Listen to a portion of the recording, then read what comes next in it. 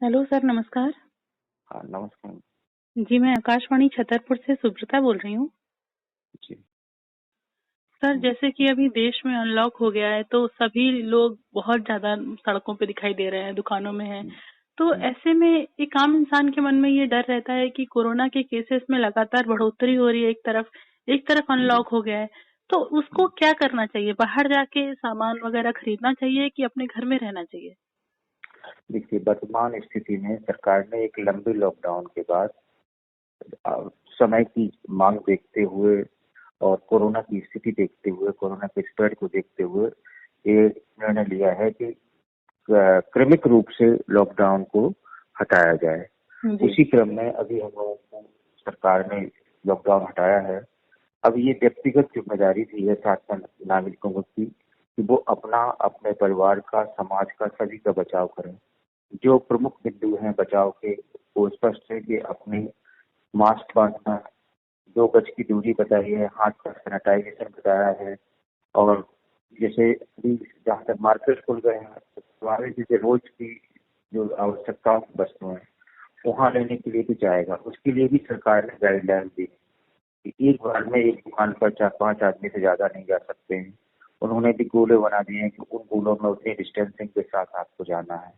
दुकानदार के ऊपर भी एक जिम्मेदारी है कि वो सैनिटाइजेशन रखे, सोशल डिस्टेंसिंग मेंटेन करे। तो लोगों की भी आवश्यकताओं की वस्तुएं तो लेने जाना ही पड़ेगा, तो जाना चाहिए, लेकिन पूरे एहतियात के साथ में। क्योंकि अब ये जिम्मेदारी नागरिकों की ज्यादा हो गई है कि वो अपना, अपने परिवार का बचाव कर सकें। जी सर, जैसे आपने बताया कि सोशल डिस्टेंसिंग मेंटेन करते हुए जाए, तो अभी सोशल डिस्टेंसिंग में प्रॉब्लम ये आ रही है कि जैसे अब ऑटो में जा रहे हैं या फिर बस में जा रहे हैं, अब सारे परिवहन के साधन खोल दिए गए हैं, तो उसमें सोशल डिस्टेंसिंग का पालन करना बहुत मुश्किल है। तो उसमें हम क्या उपाय कर सकते हैं कि सोशल डिस्टेंसिंग का पालन बिना किए भी हम कोरोना से बच सकें? अभी जैसे सरकार ने कहा है कि जितनी बस की क्षमता है उसके आधे लोग ही उसमें जाना है, और जाने से पहले, उस पर जाने से पहले उनका टेम्परेचर लिया जाता है, उनको सैनिटाइज किया जाता है, बस को सैनिटाइज किया जाता है। और जैसे अगर 56 सीट की बस है तो उसमें 28 से 30 ही आदमी बैठते हैं। तो सरकार की तरफ से गाइडलाइन ट्रांसपोर्टेशन को दिया गया है कि डिस्टेंसिंग मेंटेन करें जितने भी पॉसिबल हो, जितने भी, और उसके साथ साथ अपने हाथ को सैनिटाइज करते रहें, किसी भी ऑब्जेक्ट को न छुएं, हैंडल वगैरह को जिससे हम लोग चढ़ते हैं ऊपर, और आपस में डिस्टेंस बनाए रखने के, यही हम चीजें हैं जो हम लोग कर सकते हैं, जिससे हम काफी हद तक इन सब चीजों से बचे रह सकते हैं। जी सर, जैसे कि अभी हम देखते हैं कि लोगों में जो जितने भी कोरोना के पेशेंट अभी हमारे आसपास आए, उनमें किसी को भी लक्षण नहीं थे, असिम्प्टोमेटिक केस बहुत ज्यादा आ रहा है। तो ऐसे में जो व्यक्ति है जिसको किन लक्षणों को भांप कर अपना टेस्ट कराना चाहिए? देखिए, कोरोना का एक स्पष्ट रूप से लक्षण कुछ ही लोगों में आते हैं, अधिकतर एसिम्प्टोमेटिक कैरियर्स पे, जिनको पहले कभी कोरोना हुआ और उन्होंने, उनकी इम्यूनिटी अच्छी थी इसलिए कोरोना के सिम्टम उनमें नहीं आए। तो अभी सरकार की जो गाइडलाइन है, किसी को भी अगर बुजुर्ग है या जिसको दमा या रेस्पिरेटरी संबंधी रोग है या हृदय संबंधी रोग है, उनको अगर कोई नई तकलीफ श्वसन संबंधी कोई डेवलप होती है तो उसको अपना कोरोना टेस्ट करा लेना चाहिए, जिसको भी पुरानी हिस्ट्री है कि हाँ दमा है कुछ है। दूसरा, एसिम्प्टोमेटिक में एकदम से नहीं कहा जा सकता है, क्योंकि सरकार ने टेस्टिंग के अपने सेंटर खोले हुए हैं। तो जिसको भी सिम्टम हो, रैंडमली, उसने सरकार ने प्राइवेट लैब्स को भी ऑथराइज किया है अभी, वो भी वहां भी जाकर टेस्ट करा सकते हैं, और गवर्नमेंट की भी अपनी व्यवस्था है। तो अभी ये सिम्प्टोमेटिक कैरियर का, तो अगर उसको कोई हिस्ट्री है, कॉन्टेक्ट की हिस्ट्री है या प्रोसीडिंग ट्रेवल की हिस्ट्री है, तो उस पेशेंट उनको अपना टेस्ट कराना चाहिए। या उनको कोई श्वसन संबंधी या ऐसे लक्षण होते हैं, एसिम्प्टोमेटिक कैरियर है, इसका मतलब उसकी इम्यूनिटी अच्छी है, इसलिए उसके अंदर इन्फेक्शन होते हुए भी कोरोना की गंभीर लक्षण स्पष्ट नहीं हुए हैं। तो जिसको भी लगता है कि कोरोना है, कांटेक्ट में आया है, तो उसको अपना जाके टेस्ट कराना चाहिए। जी।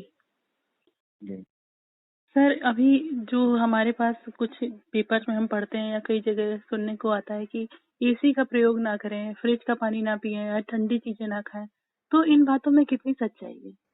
देखिए, जो कोरोना का बेसिकली रेस्पिरेटरी ड्रॉपलेट इन्फेक्शन है। एक आदमी जब बोलता है या खांसता है, छींकता है, तो जो ड्रॉपलेट एनवायरमेंट में जाती है तो दूसरा आदमी उसको अपने अंदर ले लेता है इन्फेक्टेड। तो सबसे पहले वो गले में ही जाता है जी। लगभग 1 से 2 दिन तक वायरस गले में रहता है। तो उनका यही कहना है कि गले में इसके लक्षण अलग, वायरस से गले से फिर बाद में वो लंग्स वगैरह में रेस्पिरेटरी ट्रैक्ट में, लोअर रेस्पिरेटरी ट्रैक्ट में जाता है जी।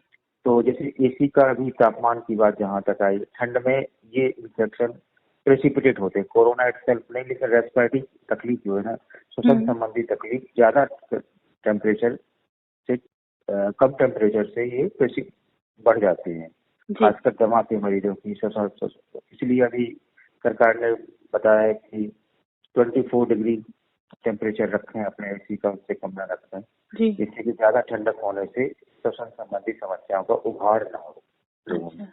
जी सर। जी सर, आपने बताया कि आप बांदा के डिस्ट्रिक्ट हॉस्पिटल में हैं। तो अभी हमने एक अपने पुराने प्रोग्राम में, पिछले प्रोग्राम में एक पेशेंट से बात की थी जो ठीक हो गए थे। उन्होंने सभी डॉक्टर्स को बहुत आभार व्यक्त किया था कि मैं बहुत खुश हूँ। वो भी बांदा के निवासी थे। तो मैं आपसे ये जानना चाहूंगी कि जो पेशेंट आपके यहाँ से रिकवर होके जाते हैं तो आपको उस समय कैसी अनुभूति होती है?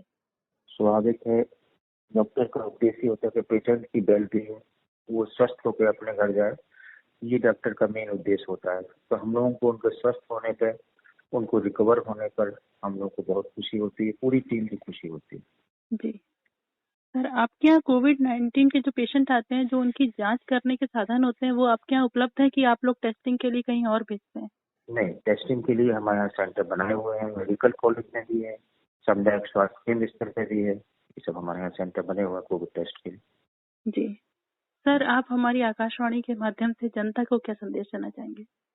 बस हम यही कहने, जो सरकार ने जो अभी हम लोगों के लिए एक वो दिया है कि डिस्टेंस बना के रखें, मास्क बना के रखें, अपने हाथ सैनिटाइज करते रहें। घर में भी जो बुजुर्ग हैं, इनको और बीमारियां हैं, उनका भी सही ढंग से देखभाल करें, उनको से भी दूरी बना के ही रखें घर में, उनकी पूरी खोज खबर रखें, मेरा कहना है। जी सर, वैसे आप अपने खाली समय में क्या करते हैं? आपको किस चीज का शौक है? मैं संगीत सीख रहा हूँ, बस इसी तरह उसकी हॉबी है, बचपन से हॉबी, तो उसी को आगे बढ़ा। जी, कौन सा संगीत? मैं मैंडोलिन बजाता हूँ, मैंडोलिन सीख रहा हूँ। बहुत अच्छी बात है। और गीत संगीत से जुड़ा हुआ तो हमारा आकाशवाणी भी है।